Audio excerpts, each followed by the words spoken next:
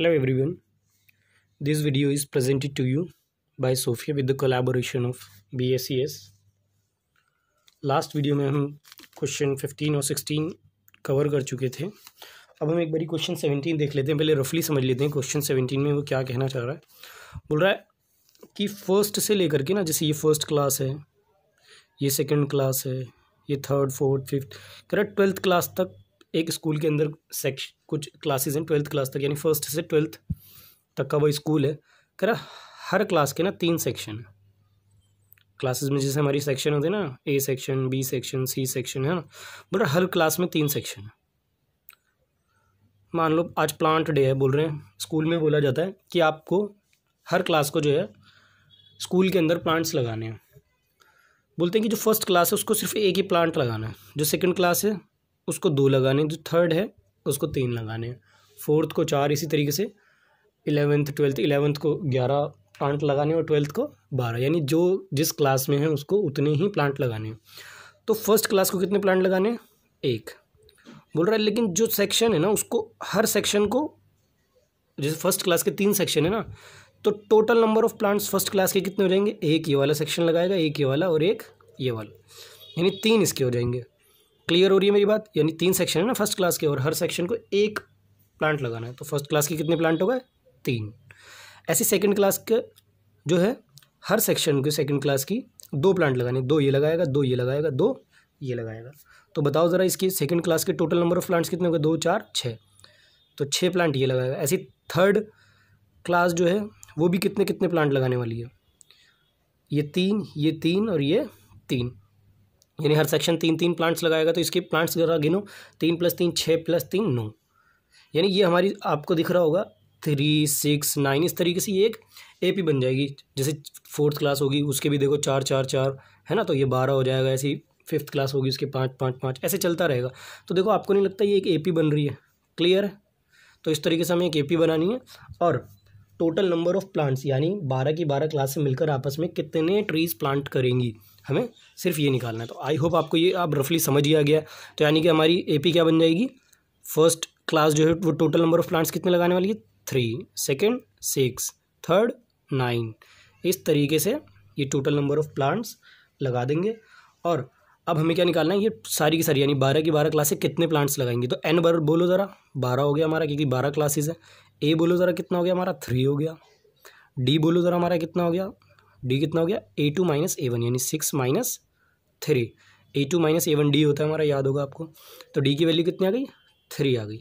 अब हमें कुछ नहीं करना, सिर्फ SN वाला फार्मूला लगाना है। SN = n/2 2A + n-1 × में डी। क्लियर है? अब SN की वैल्यू निकाल दीजिए। n बोलो ज़रा, 12/2, 2 × में 8, 2 की वैल्यू 2, A की वैल्यू 3 प्लस n की वैल्यू हमारे पास 12 क्लासें हैं, तो n की वैल्यू 12 - 1 × में डी, और डी की वैल्यू हमारी 3 है। बस अब इसको सॉल्व कर देना हमको। तो इसको डिवाइड करो तो 6 आ गया, 2 3 = 6 प्लस 12 में से 1 गया 11 × में 3। क्लियर है? ये जब ब्रैकेट हटता है तो मल्टीप्लाई का निशान आता है। 6, अब ये ब्रैकेट है, ब्रैकेट को ब्रैकेट में ही रहने दो। 6 + 11 × 3 33 हो गया ये हमारा। अब 6 ये यहीं रहेगा और इन दोनों को ऐड कर लो तो ये हो गया 39। क्लियर है मेरी बात? अब इन दोनों की मल्टीप्लाई करो आप।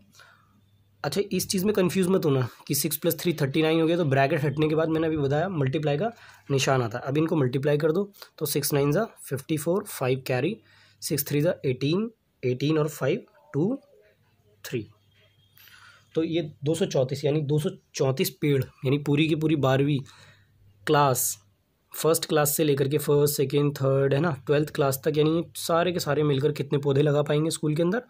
234 पौधे, और इसके अंदर हर बच्चा पार्टिसिपेट कर पाएगा। क्लियर है मेरी बात? उसके बाद चलते हैं हम अपने अगले क्वेश्चन पर, क्वेश्चन नंबर 18 पर। तो क्वेश्चन नंबर 18 एक बारी देखिए आप। अब आप क्वेश्चन नंबर 18 पढ़ लीजिए एक बारी। तो क्वेश्चन 18 थोड़ा सा टफ क्वेश्चन है, one of the toughest question of this exercise.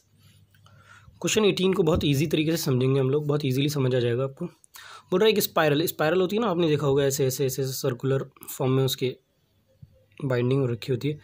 बोल रहा है जो इसका पहला सर्कल है यानी ये, बोल रहा पूरा सर्कल नहीं बनाना, ये सिर्फ इतने पर रोक देना सेमी सर्कल पे। बोल रहा ये सेमी सर्कल जब बना, इतना बनने के बाद अगला जो सेमी सर्कल बन रहा है वो इससे बड़ा बन रहा है। ठीक है, देख रहे हो ये वाला सेमी सर्कल यानी अर्धगोला, फिर उसके बाद जो अगला अर्धगोला बन रहा है वो बोल रहा है उससे थोड़ा बड़ा बन रहा है, फिर अगला अर्धगोला उससे थोड़ा बड़ा बन रहा है। ज़रा ध्यान से इस बात को समझना। यानी आपको पता होगा कोई भी सर्कल जब बनता है तो उसके अंदर एक चीज़ होती है रेडियस, जो यहाँ से यहाँ तक की जो उसकी लेंथ होती है हमारी रेडियस कहलाती है। अब ये रेडियस मैं कितनी भी ले सकता हूँ, 1 सेंटीमीटर ले सकता हूँ, 5 सेंटीमीटर ले सकता हूँ, मेरी मर्ज़ी है। बोल रहा है कि जो पहला गोला बनाओगे ना आप, अर्धगोला, पूरा गोला नहीं बनाना है, पहला अर्धगोला जो बनाओगे आप, बोलते 0.5 सेंटीमीटर की रेडियस होनी चाहिए। यानी इसको जब आप यहाँ से यहाँ गिनोगे तो 0.5 होना चाहिए। बोल रहा है जो अगला अर्धगोला यानी अगला सेमी सर्कल, सेमी पे ध्यान देना, सेमी सर्कल, अगला सेमी सर्कल जो बनाओगे वो इतना ही बड़ा नहीं बनाना है। अगर इतना ही बड़ा बनाना हो तो हम डायरेक्ट ऐसे ही बना देते। बोल रहा है वो 1 सेंटीमीटर का बनाना है, कितने का, 1 का। फिर अगला जो सेमी सर्कल बनाना है वो 1.5 सेंटीमीटर का बनाना है, यानी कि इसकी जो लेंथ है ना वो इंक्रीज़ होती जाएगी, इसका जो सर्कुलर पोर्शन है वो बढ़ता जाएगा बढ़ता जाएगा। ठीक है, तो इस तरीके से इसने हमको बोला है। ठीक है, और इसके अंदर बोल रहा है ऐसे आपको, जैसे ये मैंने 1 अर्धगोला बनाया, फिर 2, ये 3, बोल रहा 13 बनाने हैं। ऐसे कितने बनाने हैं, टोटल 13। मान लो आप कोई रस्सी ले आओ, कोई धागा ले आओ, तो आप पहला बनाया, दूसरा बनाया, तीसरा बनाया, फिर उसके बाद चौथा बनाया। मैं बोलूँ इन सब को बनाने में, यानी 13 इस तरीके के सेमी सर्कल बनाने में, 13 अर्धगोले बनाने में कितना धागा इस्तेमाल हुआ। ठीक है, यही इसका सवाल है कि कितना धागा इसमें इस्तेमाल हुआ। तो प्रॉब्लम पता है क्या आती है, धागा इस्तेमाल हुआ सर्कल के अंदर या कितनी लेंथ है उसकी स्पाइरल की। ये इस तरीके की सवालों को सॉल्व करने के लिए हमें ये पता होना चाहिए कि जो सेमी सर्कल होता है ना, या कोई सर्कल होता है, उसका पेरीमीटर या उसका सर्कमफेरेंस क्या होता है। तो आपको याद होगा ये जो सर्कमफेरेंस, ये इसकी सर्कमफेरेंस कहलाती है। मैं बोलूँ यहाँ पर मैंने एक सर्कल बना दिया रस्सी से या धागे से, मैं बोलूँ इसकी धागे की लंबाई कितनी है, तो धागे की लंबाई का मतलब होता है सर्कमफेरेंस, यानी उस सर्कल की सर्कमफेरेंस कितनी है। तो सर्कमफेरेंस का फार्मूला होता है हमारा सर्कल की 2πr, ये होता है पूरे सर्कल की, जब मैं ऐसे करके पूरा बनाऊंगा 2πr। अब मैं बोलूँ आधा है सेमी सर्कल, ठीक है, यानी सेमी सर्कल यानी अर्धगोले की पूछूं सर्कमफेरेंस, तो सर्कमफेरेंस इसकी अलग होती है, इसकी क्या होगी, हाफ से डिवाइड हो जाती है, यानी 2πr डिवाइडेड बाय 2, तो ये 2 से 2 कट जाता है और ये πr इसकी वैल्यू आ जाती है। यानी सर्कमफेरेंस सेमी सर्कल की πr होती है। क्लियर है मेरी बात। अब ज़रा देखो, मैं बोलूँ एक ऐसा सेमी सर्कल बनाया जिसकी रेडियस 0.5 सेंटीमीटर है, कितनी, 0.5। अब मैं बोलूँ इसकी सर्कमफेरेंस बताओ कितनी होगी, तो सर्कमफेरेंस का फार्मूला क्या होता है, πr, पाई इंटू में r, और r कितनी है आपकी 0.5, तो इंटू में 0.5। क्लियर है मेरी बात। और 0.5 को हम क्या लिख सकते हैं, इस पॉइंट को हटा के नीचे 10 और इसको काटेंगे तो ये 1/2, यानी पाई इंटू में 1/2, और 1 को पाई से मल्टीप्लाई करोगे तो π/2। क्लियर है मेरी बात, π/2। तो ज़रा इस चीज़ को ध्यान से समझना अब यहाँ पर कि AP किस तरीके से, इस तरीके के सवालों में कैसे AP बनेगी। वापस से हम अपने क्वेश्चन पर आते हैं एक बारी, कि जैसे अब हमको दी हुई है एक सेमी सर्कल ये है, फिर उसके बाद अगला सेमी सर्कल ये है, फिर उसके बाद अगला सेमी सर्कल ये है।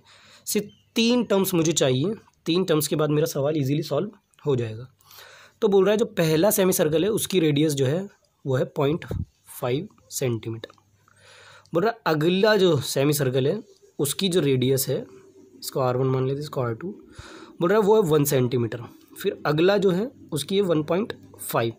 बोल रहा है इस तरीके से 0.5 इंक्रीज़ करता चला जा रहा है, जैसे जैसे ये सेमी सर्कल इंक्रीज़ कर रहा है, यानी जैसे जैसे स्पाइरल बनती जा रही है वैसे वैसे वो इंक्रीज़ करता जा रहा है।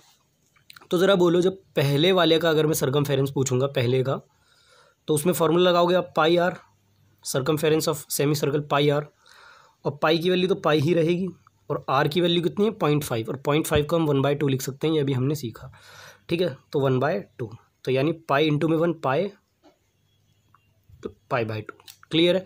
अब मैं बोलूँ ये तो है ऊपर वाले यानी इस वाले सेमी सर्कल की, ये अगर इसको मैं 1 बोल दूँ, और ये है अगले वाले की, इसको अगर मैं 2 बोल दूँ। अब सर्कमफेरेंस ऑफ C2 यानी अगले सर्कल की सर्कमफेरेंस क्या होगी, वो भी πr ही होगी।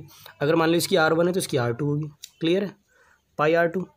अब पाई तो पाई रहने वाला है, और आर की वैल्यू कितनी है इस बार यहाँ पर 1 है, देख सकते हो आप आर टी की वैल्यू कितनी है 1 है, क्वेश्चन में दिया हुआ है आपको।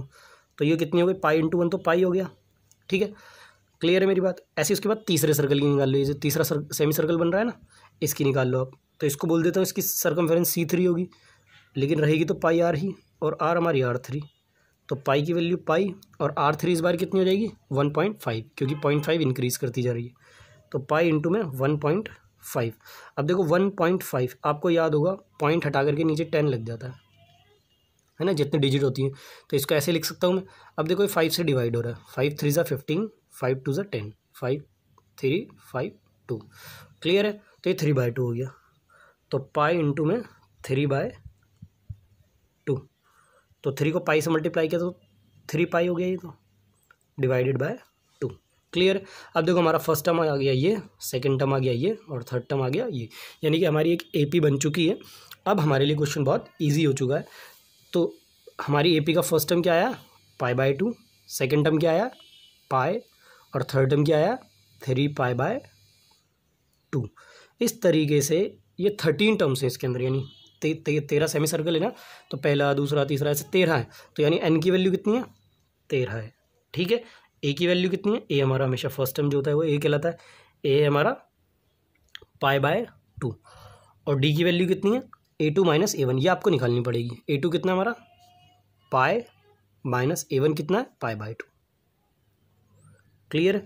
अब इसमें बहुत सारे बच्चे कंफ्यूज हो जाते हैं, तो एक बारी देख लो इसको, पाई माइनस π/2, तो देखो इसमें एलसीएम लेना पड़ेगा, इसके नीचे कुछ नहीं तो 1 लगाओ, 2 इन दोनों का एलसीएम हो गया, ठीक है। 1 से 2 कितने पर जा रहा है 2 पर, और 2 को ऊपर वाले पाई से मल्टीप्लाई करेंगे तो 2 पाई, माइनस ये 2 से 2 कितने पर जा रहा है 1 पर, तो 1 को पाई से मल्टीप्लाई करेंगे तो पाई। अब देखो 2 पाई में से पाई गया, यानी 2x, एक तरीके से x समझ लो इसको, 2x में से एक x गया, तो हमारा ऊपर क्या बच गया x, यानी पाई बच गया, और नीचे 2 है, तो π/2 हमारा इसका आंसर आ गया, क्लियर है। तो यानी इसको सॉल्व करने के बाद हमारा कितना आ गया π/2, तो D की वैल्यू आ गई हमारी π/2।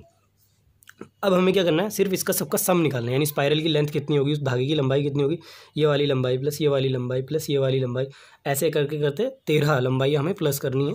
तो सिंपल हमें क्या करना है, SN का फार्मूला लगाना है, और SN का फार्मूला क्या होता है, SN = n/2 2a plus n-1 into में D, क्लियर है मेरी बात। अब इसमें सिर्फ आपको इसमें अब आप वैल्यूज़ पुट कर दीजिए, वैल्यूज़ पुट करो तो n की वैल्यू कितनी है 13 डिवाइडेड बाय 2 इंटू में a, और a की वैल्यू कितनी है π/2 प्लस n-1, n कितना 13 -1 इंटू में d, और d कितना है d भी है π/2, यानी a और d की वैल्यू है π/2, क्लियर है। अब उसके बाद मैं आपको यहाँ पर सॉल्व करके दिखाता हूँ दूसरे पेज पर इसको, ताकि पेज पलटना ना पड़े मुझे, क्लियर है। अब इसको इधर देखो आप, मैं इसको यहाँ सॉल्व करके दिखा रहा हूँ, देखो यहाँ से अब हम इस तरफ आ जाते हैं, तो ये 13/2 तो ऐसे का ऐसे ही रहेगा, ठीक है। अब देखो ये 2 नीचे और ये 2 ऊपर, तो ये तो आपस में कैंसिल हो गए, 2 से 2 है ना, ये दोनों कैंसिल हो गए, तो इस तरफ कितना बचा सिर्फ पाई। अब देखो ये प्लस का निशान, फिर 13 में से 1 गया तो ये 12 बचा, इंटू में इस तरफ है π/2। अब देखो ये ऊपर ये नीचे, ये डिवाइड में है एक दूसरे के, तो ये 2 से 6 पर कट जाएगा, क्लियर है मेरी बात। यानी कि दोबारा से मैं लिख सकता हूँ इसको 13/2 पाई प्लस 6 पाई बचा यहाँ पर, ठीक है। अब इसको हम लिख सकते हैं 13/2, अब देखो 6 पाई प्लस पाई कितना हो गया, 1 पाई प्लस 6 पाई 7 पाई, पाई को मत भूलना, ठीक है। तो ये कितना आ गया 7 पाई। अब ये इंटू में हो जाएगा ब्रैकेट हटने के बाद, अब आपको पता होगा पाई की वैल्यू कितनी होती है 22/7, ये पाई की वैल्यू हम पुट कर सकते हैं इसके अंदर, तो ये हो गया 13/2 इंटू में 7 इंटू में 22/7, क्योंकि पाई की वैल्यू कितनी होती है 22/7, और ये दोनों देखो मल्टीप्लाई में है, इसलिए हमने इनको मल्टीप्लाई में लिखा है। अब देखो इस 7 से 7 कैंसिल हो गया, इस 2 से ये 22 11 पर चला गया, 2 1 ज़ा 2 2 1 ज़ा 2, तो सिर्फ आंसर कितना बच गया 13 इंटू में 11, क्लियर है मेरी बात। अब इन दोनों को मल्टीप्लाई कर दो आप, तो 11 × 33 और 11 × 11 और 3 14 143, यानी जो हमारी जो स्पाइरल जो ऐसे ऐसे ऐसे ऐसे करके घूम घूम करके बन रही है, उसकी जो टोटल लेंथ होगी वो 143 सेंटीमीटर होगी। क्लियर है, क्योंकि रेडियस हमारे को सेंटीमीटर में दी हुई थी। I hope you got it.